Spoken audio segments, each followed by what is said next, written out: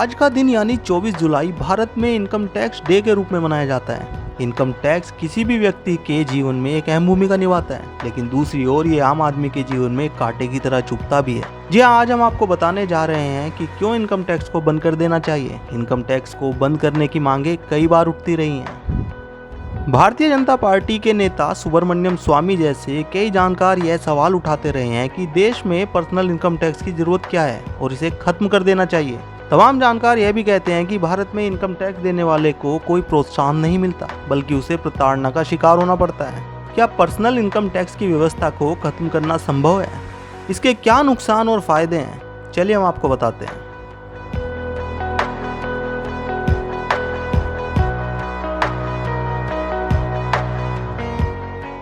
सबसे पहले हमें यह जानना बेहद जरूरी है कि कब हुई थी इनकम टैक्स की शुरुआत।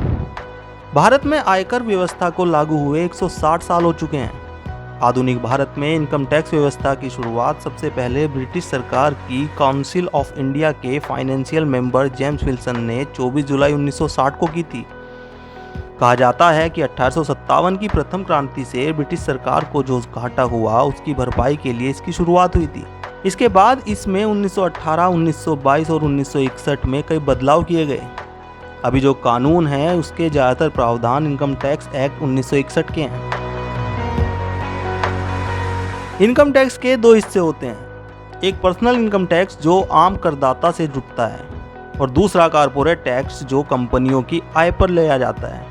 इनकम टैक्स कोई वैकल्पिक व्यवस्था नहीं है, यह सभी नागरिकों के लिए अनिवार्य है। केंद्रीय प्रत्यक्ष कर बोर्ड के आंकड़ों के मुताबिक 2019 से 20 में कुल प्रत्यक्ष कर संग्रह 12.33 लाख करोड़ रुपए का हुआ था, जिसमें कॉर्पोरेट टैक्स 6.78 लाख करोड़ और personal income tax 5.55 lakh crore हुआ था।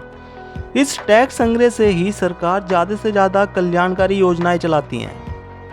इसके अलावा टैक्स राजस्व से ही सरकार सभी नागरिकों को चिकित्सा, शिक्षा, बिजली, मकान, राशन, पुलिस, सुरक्षा, सड़क जैसी जरूरी सेवाएं मुहैया कराती हैं।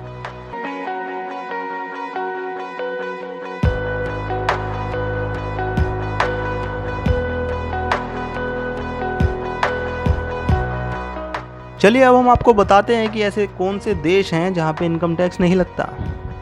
यूएई, मोनाको, बहरीन, केमन आइलैंड, बहामास, बरमूडा जैसे करीब 15 देशों में इनकम टैक्स जैसी कोई चीज़ नहीं है, लेकिन ये देश तेल या अन्य स्रोतों संसाधनों से भारी कमाई करते हैं और दूसरे ये बहुत छोटे देश हैं। ओईसीडी ने भी इस तरह का प्रयास शुरू किया है। सिंगापुर, चीन जैसे देशों में इनकम टैक्स पर निर्भरता कम है। चलिए अब हम आपको बताते हैं कि इनकम टैक्स को बंद करने के क्या फ़ायदे होंगे। कॉर्पोरेट पर लगने वाला इनकम टैक्स तो ज़रूरी है, लेकिन सुब्रमण्यम स्वामी जैसे राजनेता और कई एक्सपर्ट अक्सर यह मांग करते रहते हैं कि आम जनता पर लगने वाला पर्सनल इनकम टैक्स को खत्म कर देना चाहिए। सुब्रमण्यम स्वामी का कहना है कि यह अर्थव्यवस्था में सुधार लाने के लिए ज़रूरी है। उनका तर्क है कि इकोनॉमी की समस्या यह है कि मांग की कमी है, इसलिए इनकम टैक्स खत्म करने से लोगों के हाथ में पैसा आएगा और मांग बढ़ेगी। इससे लोगों का डर और प्रताड़ना खत्म होगी।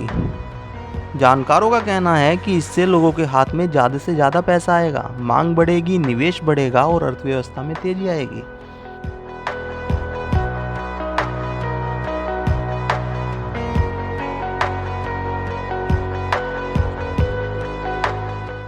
राजस्व की कहां से होगी भरपाई? सरकार करीब 7 लाख करोड़ रुपए का कॉर्पोरेट टैक्स हासिल करती है। सरकार ने 99% कॉर्पोरेट के लिए टैक्स 30 से घटाकर 25% कर दिया है। इस टैक्स में अगर 2% की भी बढ़त कर दी जाए तो पर्सनल इनकम टैक्स से होने वाले नुकसान के कुछ हिस्सेदारी की भरपाई हो जाएगी।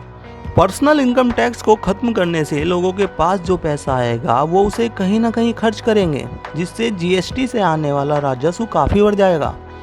इससे अर्थव्यवस्था में नकदी का प्रवाह बढ़ेगा। बहुत से छोटे व्यापारी, नौकरी पेशा लोग इसकी वजह से खुलकर काम या खर्च नहीं कर पाते। $5 ट्रिलियन की इकोनॉमी बनाने का लक्ष्य तभी हो सकता है जब करदाता की जोखिम लेने की क्षमता को हम बढ़ाएं।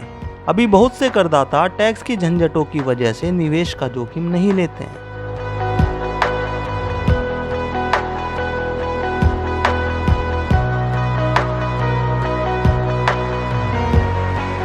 और अगर आपको ये वीडियो पसंद आया हो तो लाइक, सब्सक्राइब और शेयर जरूर करें।